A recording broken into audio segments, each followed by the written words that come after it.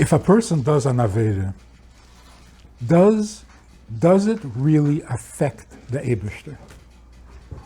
No. 100%. 100%? 100% does. Think Hashem, you think It about affects that. So let's start from the beginning. There's a serious problem in the yeshiva, all yeshivas. An intelligent bachadl asks his Rosh Yeshiva, I don't care if I go to Gehenna. Should I still do the mitzvah? Is there any reason for me to do a mitzvah if I don't care about Gehenna or about Gan Eden? You're telling me, if I do the mitzvah, I'll go to Gan Eden. If I do the Aveda, I'll go to Gehenna. So it's for me. Thank you very much. Michael. No, can't do that. Why? So let's really get down to basics. Yad Hashem, he doesn't have a yad. Einei Hashem, he doesn't have eyes. Dvar Hashem, he doesn't talk. What else? Yeah, all the... So the Rambam says, all of those expressions, the Eibishter regretted, the Eibishter is jealous, the Eibishter had nachas, it's all a moshel. Here's my problem. When we make fun of Avodah Zarah, what do we say? Einayim lehem v'lo yiru, oznayim lehem v'lo yishmu. Are we saying the same thing about the Eibishter? He doesn't hear, he doesn't see, he doesn't speak, he doesn't care. Now, so what is he? Oh, he's the Eibishter.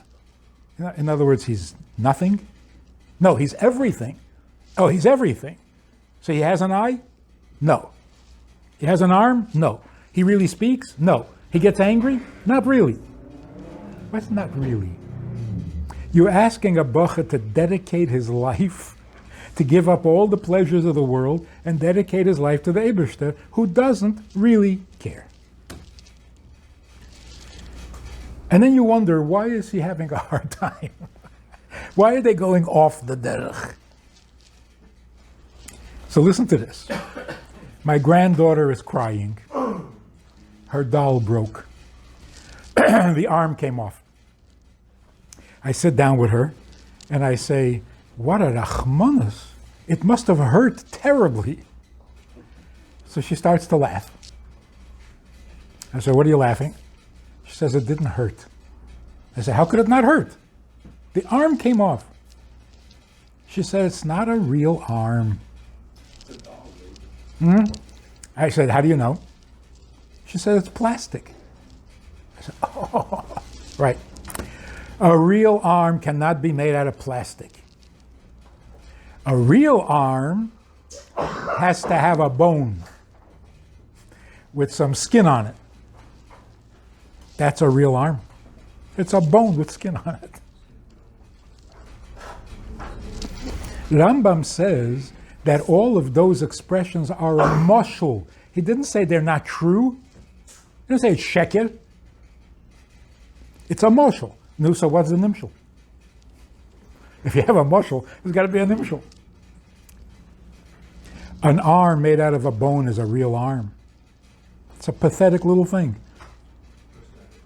The Eibishter has a real arm. Ein mikra yetze midei pshutei. If Torah says the Eibishter's arm, then he has an arm. Don't turn the Torah into a fairy tale. The Eibishter has an arm, a real arm, a literal arm. Mamish, an arm. You mean like mine? No. You don't have a real arm. You were created b'tselem Elokim. So you have something like an arm. That's why it's a mashal. But when you say the Eibishter's arm, no, that's not the mashal, that's the nimshal. Your arm is the mashal. So a person says the Eibishter really speaks. Humans speak. Humans babble. We call it speech to use it as a moshul for the Eibishter's real speech. V'haraya, the Eibishter said, Yehi oir, v'yehi oir. You try it. Say it 100 times. So the Eibishter got angry? Nah, humans get angry. Humans don't know how to get angry. They lose control, they blow a fuse. That's called angry. That's called out of control. The Eibishter gets angry. In other words, who's real? Who's real? How did we end up being real and he is a figment of our imagination? What does it mean to believe in the Eibishter? What does it mean to have emunah? You think that there is an Eibishter. You can't be sure, because he's not real like real. But you believe. That's not what emunah means. Emunah means he's real whether you believe it or not. That's called emunah. If he's only real as a result of your emunah, then he's not real. Emunah means emes is emes whether I believe it or not. And Hashem Elokeinu is emes. So you can say to a person, do you believe in God? No. So who created the world?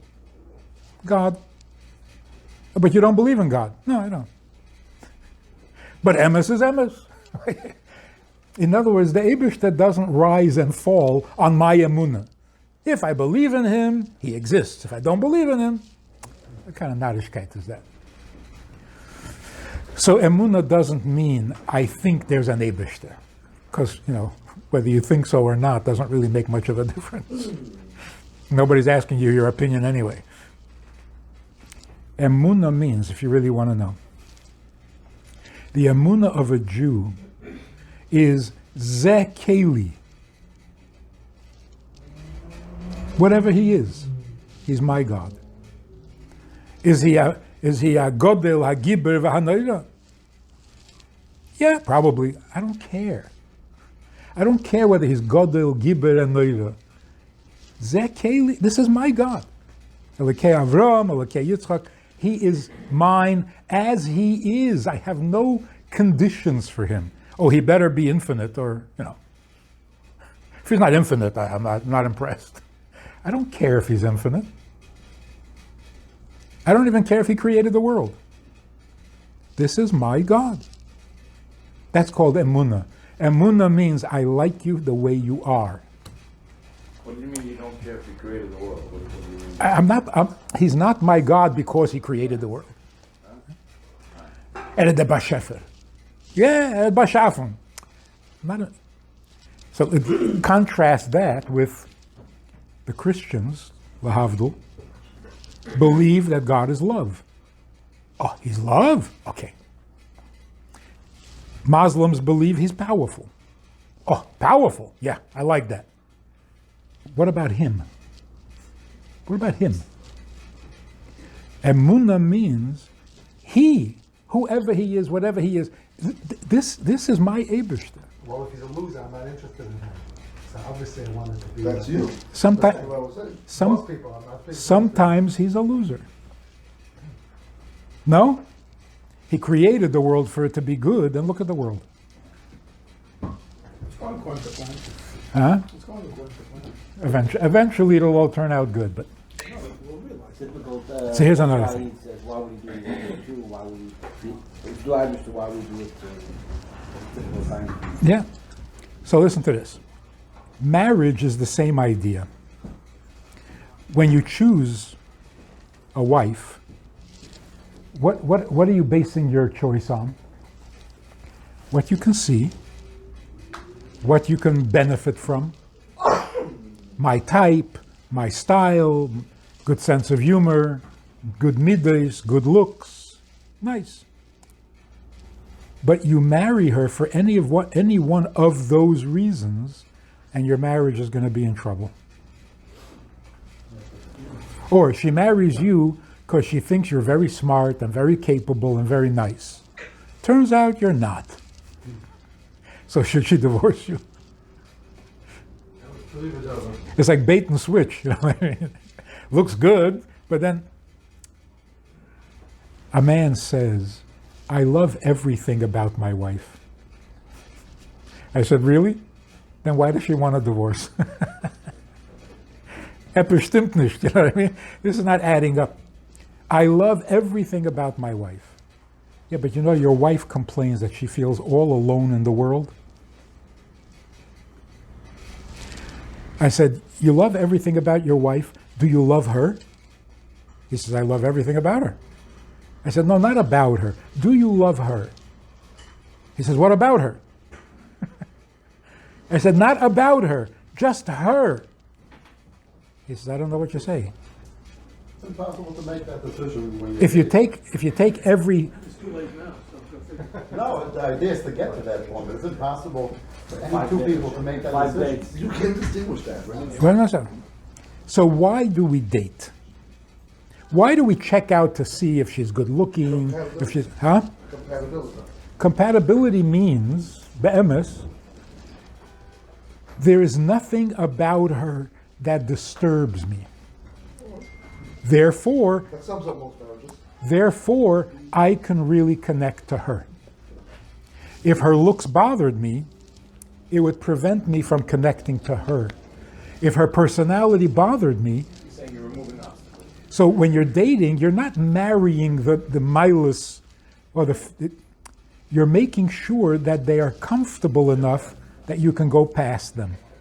But if you stay stuck, if you're married to her looks, she'll feel alone in the world because you're not married to her. So if a man says, I want to marry you for your money. She has money. I want to marry you for your money. Why is that offensive? For a very simple reason. When you say, I want to marry you for your money, you're actually saying it. It's not very hidden or concealed at all. What you're saying is, can you just give me the money? No, huh? So I have to marry you to get them. Fine, I'll marry you for the money. But if you could just give me the money, that would be perfect. Actually, the same is true with love. I'm marrying you for love. So just give me the love and shut up. So married for love is to have it cleared up or not? Yeah. Yes. Give me the love, not your opinion. I didn't ask for your opinion. So can I just have the love without the rest of you? No? Okay, I'll put up with it. It's so insulting. Now imagine saying to the Eibishter, I just want to go to Gan Eden. Just give me the Gan Eden. Huh? You have to make everything so complicated.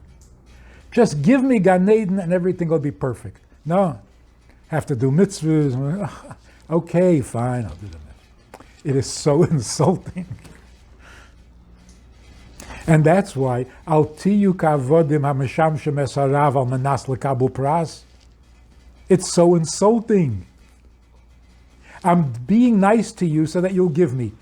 Couldn't you just give me? Just cut. But God made us human. Just cut to the chase. Operate like a human, so this is how a human operates. So the Torah tells you, when you receive the Torah, you don't have to operate like a human. Now you can be godly. But here's another thing. Why does the Mishnah make it such a long, drawn out, Al tiyu kavodim hameshamshem esarav elo kavodim hamesham. Just say, don't do mitzvahs for the reward. What's with this whole arichas? See, you can't say. He wants you to do mitzvahs for reward, but not begrudgingly. In other words, Shaloi al manas l'kabel. the preferred service to the Eibishter is through as an Eved who is completely subservient because Hashem put us there for as a ma'aschinam, and he didn't have to, and of course he chose us, and for that we're indebted to forever.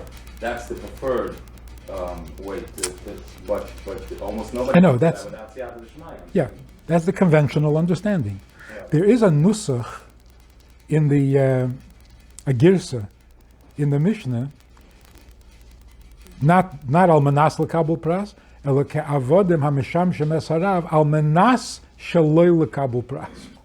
Right. That's already a higher madrega. But here's the point. If you say don't do the mitzvah for the reward, it sounds idiotic. Sounds idiotic. There's only one reason to do the mitzvah, and that's the reward. What are you telling me? The only reason to do a mitzvah is because it's good for you. So what do you mean? Huh? You do it out of Hava, then you do it because you What? love Hashem. It's all- Because you love Hashem. Wait a second. Or you're saying you have to do it. No, that's what You you're have to gonna get to. love unconditional before there's anything. The only way anybody possibly understand that is when your child was born, you love them unconditionally. They never did anything for you. You love them. When it comes to a stranger or someone else, Yeah. or even God that way, you never. How are you getting to that point? To what point? To what point? At that point, Unconditional love. You should Okay. get there. No, you get One it. second, one second, one second, one second. Self-opposite. There's a piece missing here. Hang on. Imagine a mother says to her son, make me tea. Bring me tea. 3 times a day, every day. She's British. Bring me tea 3 times a day. He brings her tea 3 times a day for 50 years. At the end of 50 years, he finds out that his mother never drinks tea. She doesn't like it, she doesn't drink it, she doesn't need it, she never drinks the tea. So he asks her, "My hi." So she says, "You think I need tea? I wanted to give you an opportunity to get closer to me." This is the worst mother in history. If she doesn't drink the tea and he brings her tea, is he getting closer to her?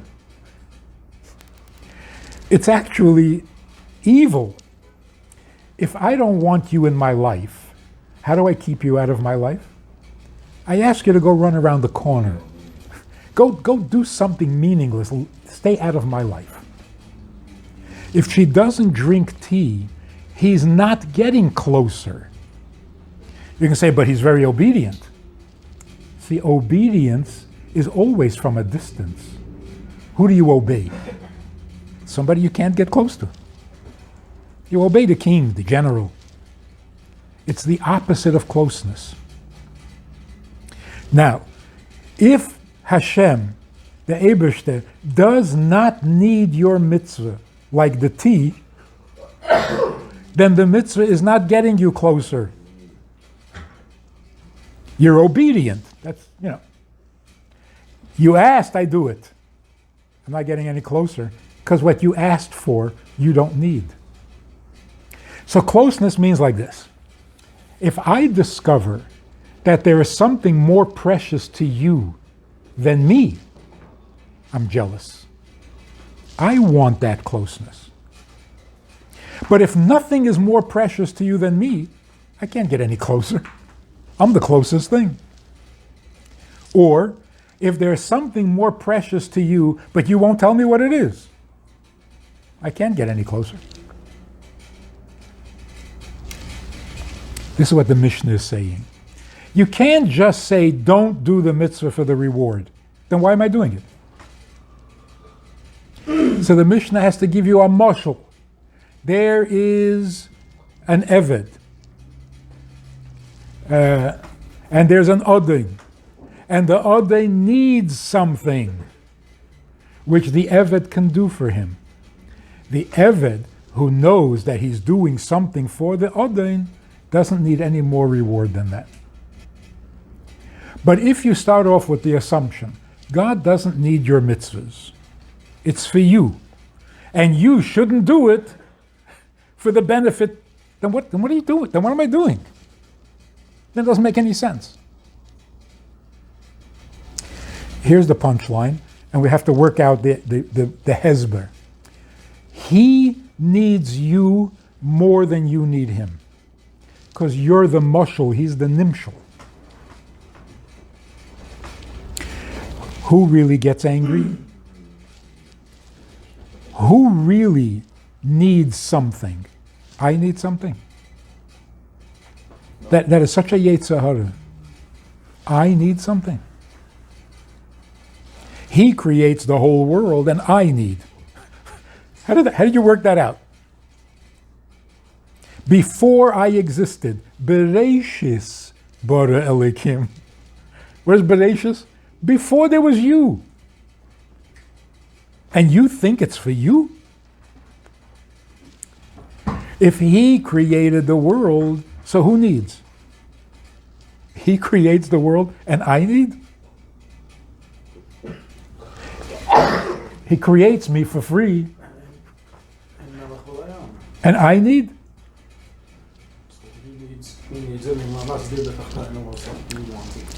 Ein melech b'layam, dira b'tachteinim. It goes higher and higher and higher.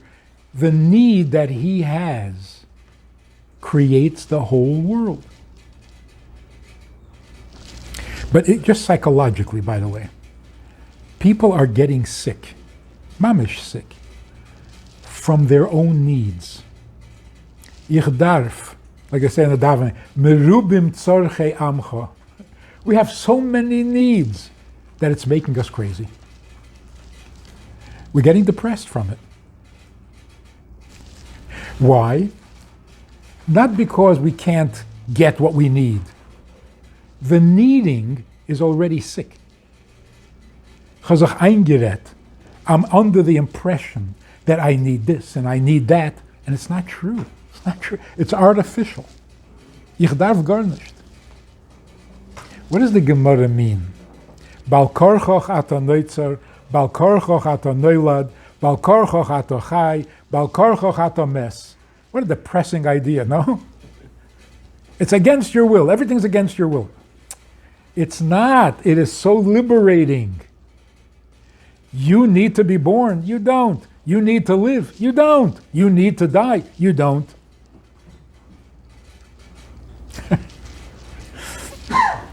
Listen, if you ask, what is a human need? We need to eat. I need to eat. It's so not true. I don't need to eat. I need to stop eating, and I can't. It's not my need. It's my handicap, and I resent it sometimes. I resent the fact that I can't go for hours without food. So what does it mean? A human being needs to eat. An animal needs to eat. For a human being, it's pastnisht. You're a doctor, you're a surgeon, you're in the middle of brain operation. You have to stop. Why? I haven't slept. It's embarrassing.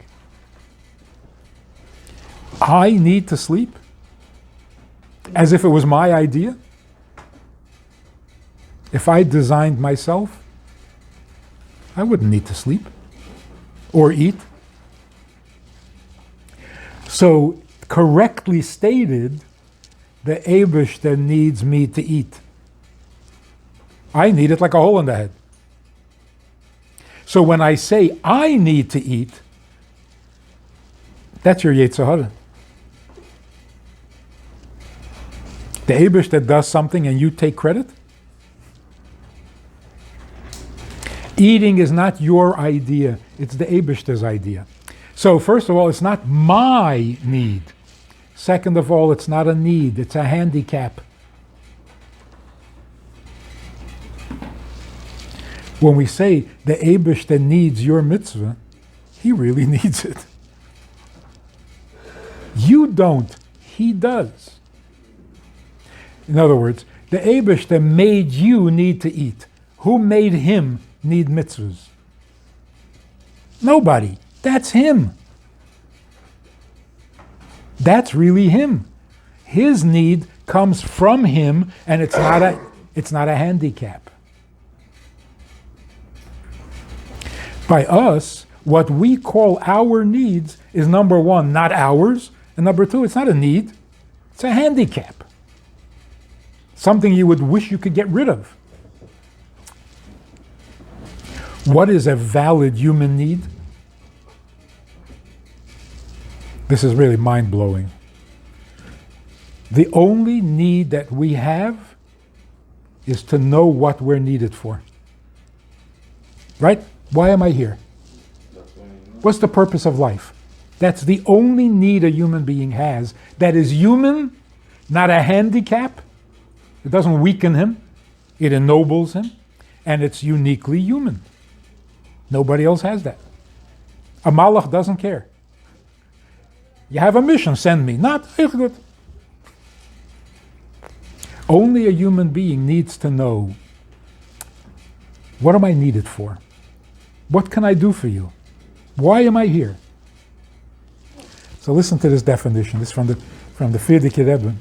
He says like this: a human being, beteva, without learning, a human being by his very nature is not content being human.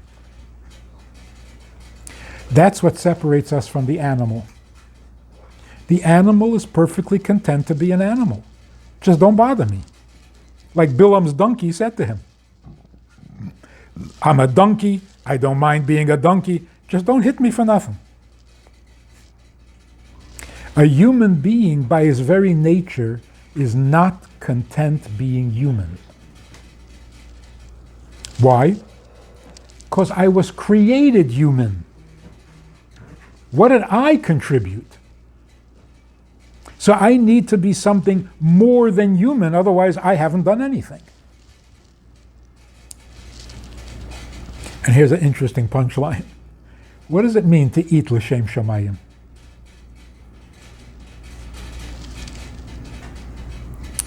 To have kavanah that you're eating in order to be able to...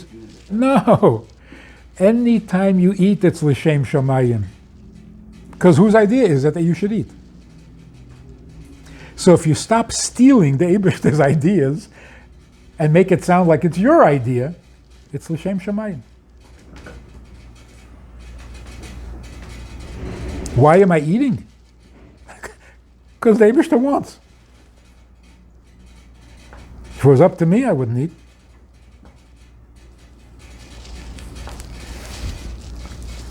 I was speaking to a woman who was anorexic. And she started saying, I find eating distasteful. I said, I know. It's disgusting. I went on, but Meisef Rima. I said, it's disgusting. It's an animal behavior. By the way, why do we eat with a fork and with a tablecloth and sometimes with a napkin tucked into the... Because it's so disgusting that we want to make it a little more dignified, right? A little more elegance to the whole thing. But sof kol sof, it's a disgusting thing. She says, you're worse than me. I said, I'm just talking the fact. So why would the Eibishter do something like that? It's so humiliating. So what choice do we have? You swallow your pride and you eat something. It took away her problem. Yes, it's very embarrassing to eat. It's a disgusting thing. But what are you going to do? The Eibishter created you like this. So be humble, accept the humiliation, and eat something. So the point of it is this. When we say the Eibishter doesn't need anything, why do we say that? Because need sounds human. But that's the same as yad. He doesn't have an arm because humans have an arm. Come on, that's not a good argument. The reason we have an arm is because we're created in his image. The reason we have so-called needs because he has the real thing. He's more real, not less. So every time in the Torah where it says kaviyachol, right? I never understood that word is so, you make a statement and then you say kaviyachol.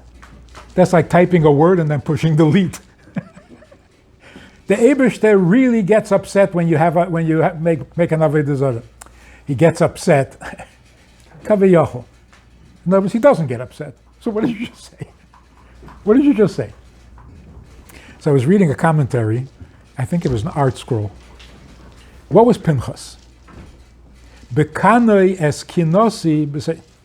So he translates it. Pinchas was jealous for my jealousy. Kanoi es kinosi. So I'm jealous, and he felt he expressed my jealousy. But when it says the Eibishter was jealous, it was quotations. Right, kaviyachol. So now what? Pinchas is a hero. He was given kahunas olam. Why? Because he was jealous for my... He was jealous as if I was. So what were you rewarding him for? Then even a worse thing. In Pirkei Avos, it says, "V'ne'emon bal melachtecha l'shalim schorcha." So the commentary says, if you work for a human being, could be he won't pay you. Could be he'll pay you the wrong amount. Could be it'll take a long time. But if the Eibishter is your employer, you can be absolutely confident that he will pay you. But employer is in quotes. He's not an employer. But if you believe that the Eibishter is your employer, you can be confident that he will pay you. But he's not your employer. So he is your employer, so he will pay you. So where's your confidence? Once you say kaviyachol, you've taken away all the confidence. He will definitely pay you because he doesn't care. What did you just do to Yiddishkeit?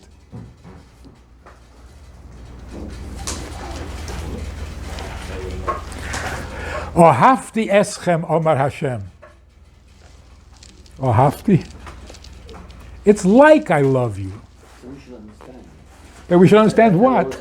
You see, but that's the problem. You tell me a lie and you want me to understand.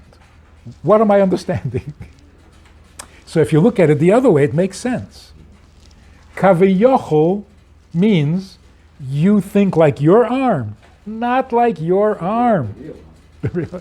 So you're the kaviyachol, not me. So wherever it says kaviyachol, it means as if you know what a real arm is. As if you know what it means to need something. Like we go back, you said our real only need or purpose in life is to figure out what our purpose is. So how does one figure out what their purpose is? Do we all have the same purpose? Generally, we all have the same purpose, to bring the Eibishter down to earth. L'saken olam b'malchus. For global purposes. Tikkun olam. Yeah. But Tikkun olam, In English, you did it. I said this- Tikkun olam in English? I said this to a Catholic priest. Yeah. How did that work out? He said, I teach my teenagers that it's their job to fix the world. I said, that's beautiful. It's not exactly Catholic. I don't know what happened to good old Catholicism, but it's beautiful. It's a big improvement. I said, just add one little detail. Who needs the Tikkun Olam? Yeah, it's our job to fix the world. Who needs the world fixed? I worry about the whole world. If there's a need for Tikkun Olam, by whom? By the Creator, by the B'nai Olam. He got so excited, this guy. A galach, with the collar, the whole business. He says, I knew it. I said, what? What? He says, all through divinity school, they told him that God the Father, he doesn't care. He's God the Son cares. It never made sense to me. Why would the Son care more than a father? It's Klepnish. He said, I knew it. I knew it. God himself wants Tikkun olam. What is Tikkun olam? What does that really mean? Tikkun olam means make the world his kind of world. A world that is fitting for him. Hashem made the world imperfect? Huh? Hashem created the world imperfect? He created it. Created us to make it perfect? He created not only imperfect, the lowest possible creation. You can't have a lower world than this. When it was created, Sounds right. What makes it the lowest world? because it was so close, I couldn't thought that we missed the whole purpose of the world. It's further down in the generations that we get, we realize how many things we have to do to rectify it, and that's coming closer and closer. It gives us more to do for him. Yeah. But what does it mean, the lowest world? The lowest world is a world in which you can deny that there's a creator. A creation that can deny that there's a creator. What would be a lower world than that? The lower world would be a world in which you cannot know your creator. Such a world can't exist. Has no tachlis. So the lowest, the furthest you can get from him is that you have the bechira to not recognize him. But you also have the bechira to recognize him. The next lowest world would be a world without him. That can't be. So this is the lowest world. And this lowest world can become higher than Gan Eden. A good mashal is like a circle. You start off here, and you start going around. You're getting further and further and further from the starting point. Keep getting further and further, and suddenly you're getting closer and closer and closer. And by the time you get to the end of the circle, you're back to where you started from. Oh, now you've made the whole circuit. So you bring the whole circle to a tachlis. So here's the point. And we need to get this into the yeshivas, or we're going to continue losing the best bachrim. He needs you more than you need him. Because he's real. You need, first of all, you only need for 120 years. Then you don't need anything. And even what you need this year, next year you don't need it. Even what you think you need, you don't really need. So who's real? One final thought. I don't know what time it is. 7:20. I believe that's 7:30. The Maisa with Onkelos. The Gemara says that they came to arrest him because he converted. So they sent a group of soldiers, and as they were leading him out, he kissed the mezuzah. They said, "What was that?" He said, "You have to stand by the door of your king to protect your king. Our king stands by our door and protects us." They all converted. They sent another group of soldiers. Same thing happened. He kissed the mezuzah. They said, "What is this?" He says, "Our king stands by our door to protect us." They all converted.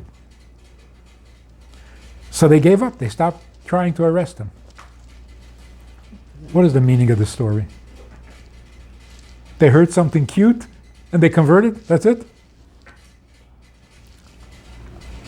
They were soldiers.